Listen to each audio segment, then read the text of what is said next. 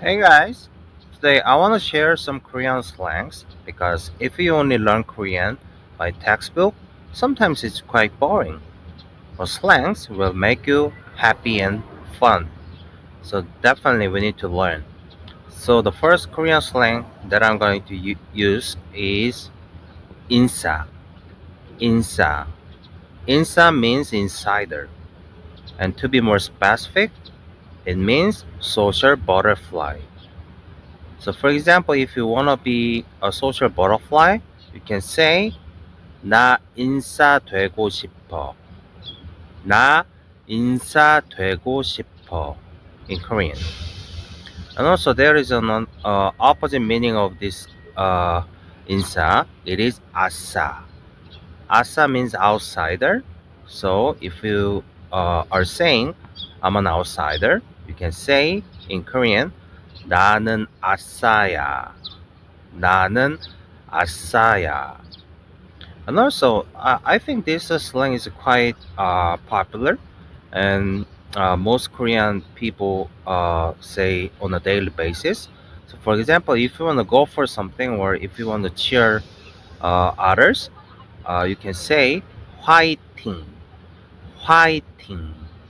"화이팅" means fighting, but actually, it doesn't mean physically fighting with others. It means go for it, cheer up.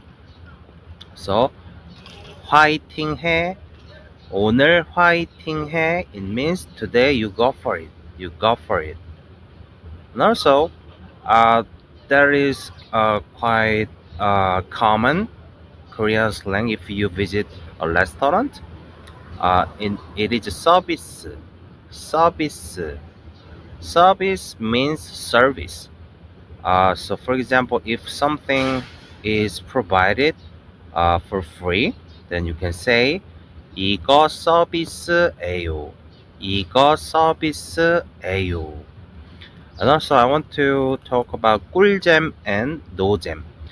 These two slangs are quite popular these days. So, for example, if something is very, very fun or funny, you can say 이거 꿀잼이다.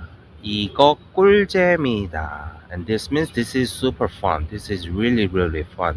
And interestingly, 꿀 means honey and jam is fun. So honey fun, 꿀잼.